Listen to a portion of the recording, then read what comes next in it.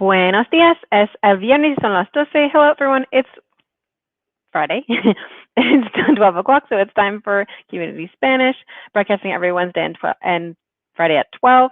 We also have our Community Mandarin going, Community French going, and Children's French going on our Facebook Live channel. In addition, we also have Portuguese going for our Instagram Live, so lots of content to tune into each week. A couple of quick announcements before we get into today's topic.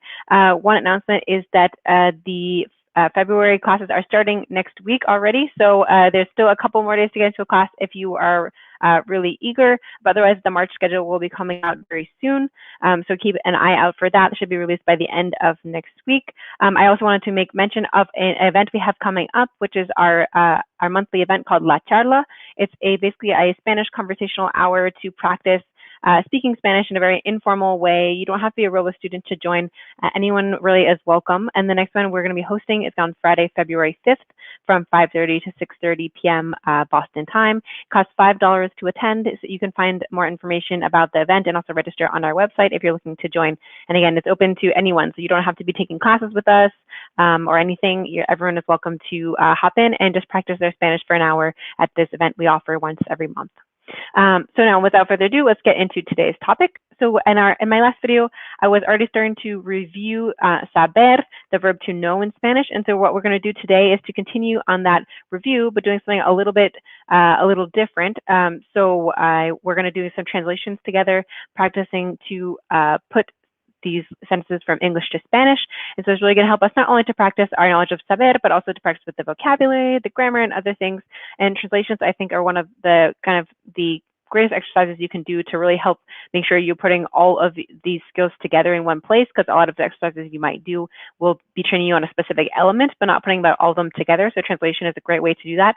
And also it's a great way to help start kind of training your brain about how you think in the other language, to try and develop your sense of, like, does this sound like I'm translating it differently from English, or does this sound like how a native speaker of Spanish or whatever language you're studying would say it? And I think translation exercises are also a great platform for you to think about that aspect of things, to make sure that you're thinking about kind of slowly learning how to switch your brain between just directly translating from your native language to trying to think actually in the other language. So without further ado, let's get into this activity. But I'm just going to do a super quick review of the verb saber before you get into the exercise. We're going to practice everything. So again, just quick review of the verb saber, meaning to know, and we use it to talk about information or facts that we know, skills that we have, knowing how to do something.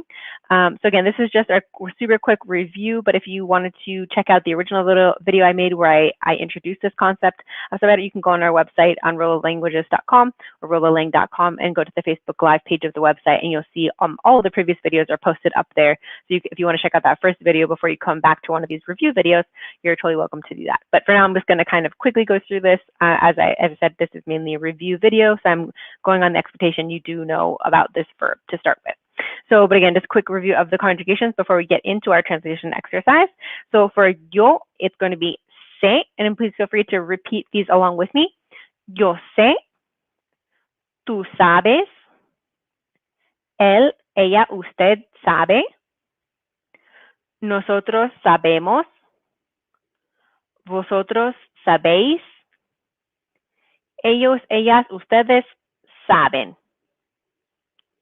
Okay, and with that quick warm up, let's get into our exercise. We're going to practice putting all these things together. And so we're going to translate these 8 sentences. And as usual, as we do the exercise, I'm going to walk you through it. But if you're watching this, please feel free to offer your own answers as you go through these questions, and I can see how are these going for you. Even if you're watching this video after it has gone live. Still great to see your comments below, to see how you're interacting with the video and if these are useful exercises for you. So feel free to jump in along as I'm doing it if you're watching this live on Facebook or on YouTube, or you're also welcome to just offer up in the comments after if you're watching this even after the fact. So vamos a número uno. Let's go to number 1. So I know the answer to the math problem. Again, using saber here because we're talking about a fact. So I know, as we just refreshed our memory on that, is going to be yo sé, okay? And then the answer, la respuesta. So here's where a little bit of vocab comes in. So yo sé la respuesta. And then to the math problem. So to the problem, which would be al problema, And then we need a little bit of our school vocab in terms of our school subjects to remember how to say math, which is matemáticas. So all together, we have, yo sé la respuesta al problema de matemáticas. Muy bien. Okay, número 1 under our belt. On to número 2. Do you know if he is ready? Do you know if he is ready? Okay, so we're going to start with the you know or do you know. So just like in English, we're going to, when we make a question, we're going to swap and put the verb first and then the person. So the verb going with the person of tú or you is going to be sabes. So sabes tú if he is ready. Si él, if he, so si, remembering that si with accent means yes, si without an accent on the I means if. Sabes tú si él, and then to be ready, and we think about this one, we're going to be using the verb estar because being ready is something that's very temporary, right? So we wouldn't use ser in this context because ser is for things that are permanent, and being ready is something that's very much connected to that moment. So we're going to use then the form está to go with el, and then we need a little bit of vocab to finish this up, which is the word for ready, which is listo. So all together, ¿sabes tú si él está listo? Keeping in mind that this one, especially as I was just saying about the ser and estar, especially with listo, here's a little fun fact for you. So when you use estar with listo, it means to be ready. If you use ser with listo, it means to be smart. So that's where, again, where that use of ser and estar is really important to make sure you're expressing the meaning that you wanted to express. Okay, he knows a lot about literature. He knows a lot about literature. So we need the form of to know going with he. So it's going to be él sabe, again, keeping in mind the memory refresh, we just did on the conjugations. So él sabe a lot, mucho. Even if you're just a beginner student, most of us know this word mucho. And then about literature. Sobre, about. Okay, and then literature. La literatura. So we need a little bit more of the classroom vocabulary like we had in number 1, knowing the word for math. So él sabe mucho sobre la literatura. Él sabe mucho sobre la literatura. Okay, número 4. Do you all know how to cook fish? All right, this one a little more challenging. So starting with do you all, so we're working with, we can make a choice here if we're working with vosotros, if we're speaking to the you all in Spain, or if we're going to be using ustedes for all the other countries outside of Spain, which is the one that I'm going to use, so ustedes. So we need to put the form of saber going with ustedes. If you remember from the chart, ellos, ellas, ustedes, saben. So, saben ustedes. Excuse me. Okay, saben ustedes. And then how to cook fish. Remembering from the lesson I review we did of saber in the last video that when in English we must say how to, in Spanish we don't need to say that. So don't worry about trying to include a word like como. So we can just skip over that. So saben ustedes, and then we just got to skip right to the verb to cook, which is cocinar. So saben ustedes cocinar, and then fish. This, and here's another little quick note for you, little fun fact. So the word for fish is going to be different depending on if you're talking about you see it like a fish swimming in the wild versus a fish that might end up on your plate to eat. These are 2 different words for fish. So in this case, the kind of fish that we eat is pescado. So altogether we have saben ustedes cocinar el pescado, o saben cocinar pescado. The L is kind of optional here. But most importantly, we need saben ustedes for our question. Do you all know? Saben ustedes cocinar pescado? Versus pez would be a fish that you'd see swimming in the wild. Okay, excuse me, sir. Do you know where the bathroom is? Okay, so excuse me.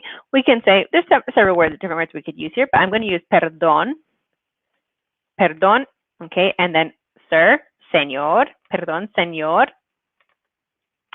So if we're speaking to a señor, we can maybe safely assume that we're going to be polite and address this person with usted instead of with maybe tú, which would be less formal. But because we called them sir, we have an understanding this is going to be a little more formal. So, perdón, perdón, señor, and then we need our question, just like we had for the last one, which instead of saben ustedes, which was for a group, we're going to say sabe usted, because again, we're speaking to this gentleman with respect. So sabe usted dónde está el baño? This one is one of those things, even if you're a beginner Spanish speaker, one of the first phrases almost everyone learns is ¿Dónde está el baño? Okay, so all together, si quiere repetir conmigo, repeat it with me. Perdón, señor, ¿sabe usted dónde está el baño? Muy bien. Okay, on to número 6. Excuse me, I realized I skipped number 5, so let's go back to number 5. So the real número 5 was we know Spanish. Okay, so this one a little simpler than número 6. So número 5, the real número 5, we know Spanish. Nosotros, for the we. Remember back to that verb chart. Sabemos.